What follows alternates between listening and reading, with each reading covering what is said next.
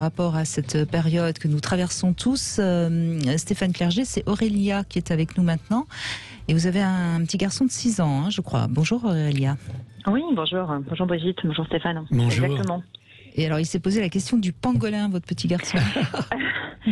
C'est ça, effectivement. Alors, nous, on n'a pas la télé à la maison, donc on regarde pas les émissions et on regarde pas les informations surtout. Donc ça, c'est déjà un point qui fait que il entend des choses à l'école, avec ses amis, etc. Et surtout, sa plus grande interrogation, c'était d'où ça vient, pourquoi il y a le virus, d'où il vient le virus. Donc on lui a expliqué que c'était, il y a eu a priori les informations que nous on a, c'est un animal, le pangolin, qui leur est transmis. Et donc lui, il voulait savoir, mais pourquoi est-ce que le pangolin il a voulu donner le virus à l'homme du coup? C'est oui, pourquoi il l'a fait? Le bon sens des enfants. Exactement. Donc là, il faut lui expliquer que c'était pas fait exprès et comment il l'a donné. Enfin lui, c'était des questions assez de logique pour lui. Il voulait comprendre pourquoi, comment. Mais ce que je trouve assez incroyable avec les enfants, en tout cas de cet âge-là, c'est qu'une fois qu'on leur explique et qu'ils ont compris, ils passent à autre chose. Et en fait, il n'y a rien de dramatique. C'est aussi vraiment une raison pour laquelle nous, on regarde pas on essaie vraiment qu'ils ne soient pas confrontés aux news quotidiennes parce que c'est déjà très anxiogène pour nous, compte tenu de l'incertitude du climat. Et je pense qu'à cet âge-là, ils ont juste besoin d'être des enfants, de s'amuser, alors que c'est assez compliqué, quoi. Et on leur impose plein de choses. Donc voilà. C'est vrai, c'est juste ce que dit Aurélia. Un enfant, il pose une question, on lui donne une réponse. Bon, et on passe à autre chose. Oui. Et ça, c'est vraiment ce que tous les parents devraient vraiment se rendre compte. Oui, et de sentir qu'on n'a pas peur de répondre aussi. Ça veut dire que c'est un truc qui est maîtrisable. C'est l'inconnu, l'inexplicable qui est un peu compliqué pour nous les humains. Mais c'est vrai, dès qu'il y a une explication, après ils s'adaptent. On peut parler du pangolin, après on peut parler aussi de la vie des virus. Finalement, les virus aussi, ils ont le droit de vivre. D'arriver, de mourir, de naître. De se développer, et d'expliquer que nous, on est comme un peu la planète Terre pour un virus. C'est vrai que tout ça, ça peut être l'occasion de belles histoires qui à la fois développe le savoir, la connaissance et développe aussi l'imaginaire qui vient nous protéger des angoisses vitales. Oui, tout à fait. Et il faut rappeler que des virus, il y en a depuis toujours et qu'il y en aura toujours et que c'est pas et qu'il y en a qui sont bien d'ailleurs, hein, et pas que des virus qui sont des ennemis. Hein. Oui, vous avez raison, c'est important de parler des virus qui nous font du bien. Et de ceux qui nous font moins de bien, et de notre possibilité de nous défendre aussi contre les virus, parce que c'est ça dont il faut parler aussi, des anticorps, des globules blancs. De notre système immunitaire, qui sont des petits soldats intérieurs qui gèrent tout ça, et que normalement, si on est en bonne santé, comme votre petit garçon de 6 ans, de toute façon, il y aura de ces petits soldats qui vont faire la guerre au virus. Oui, ça les passionne, les enfants, ces histoires, en effet. Oui. Oui, ça c'est vrai.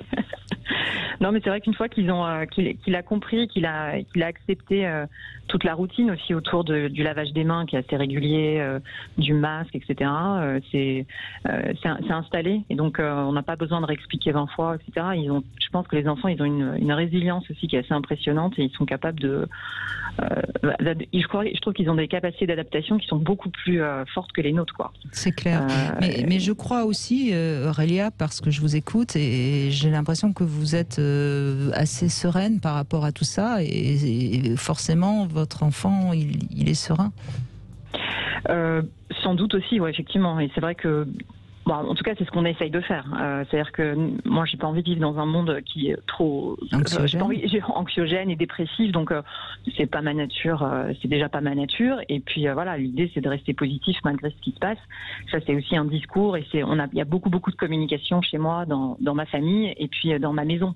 Donc, dès qu'il a une question, on essaie de lui répondre, de lui expliquer, et puis de lui montrer que, il peut y avoir des difficultés, mais il faut les surpasser. Puis il faut pas rester dessus. Hein. Donc Mais ils sont on apprend aussi beaucoup des enfants parce qu'ils ont une telle capacité de passer d'un sujet à l'autre. Une fois qu'ils ont compris, on leur explique, ah ok, bah très bien, et ils vont jouer.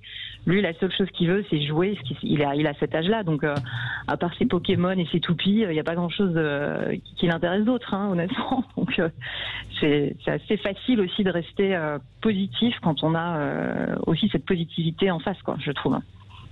Oui, et c'est un beau modèle d'ailleurs, quelque part. Parce que il n'y a pas de raison non plus pour l'instant.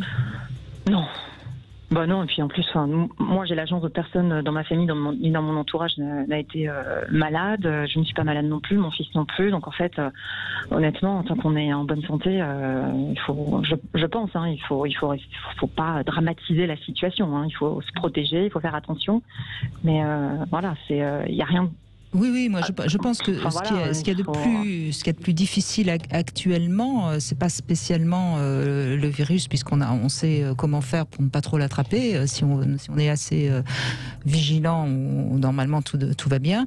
En revanche, sur un plan économique, pour certaines personnes, c'est terriblement, c'est une autre affaire, parce que quand on ne sait pas comment on va terminer le mois, là on peut comprendre qu'il y a des angoisses profondes et que ce soit terriblement difficile. Ça c'est évident. Hein. C'est évident que c'est pas. Je pense que ça. Et ça, les enfants le ressentent très très bien. Hein. Je crois les enfants sentent très bien. On a des adultes qui ont eu des enfances où en effet les parents n'arrivaient pas à finir les fins de mois et ils sont marqués à vie. Hein. Donc ça c'est un vrai problème. Mais c'était peut-être pas le sujet de l'émission d'aujourd'hui, mais je pense que c'était quand même bien de rappeler la réalité telle qu'elle est.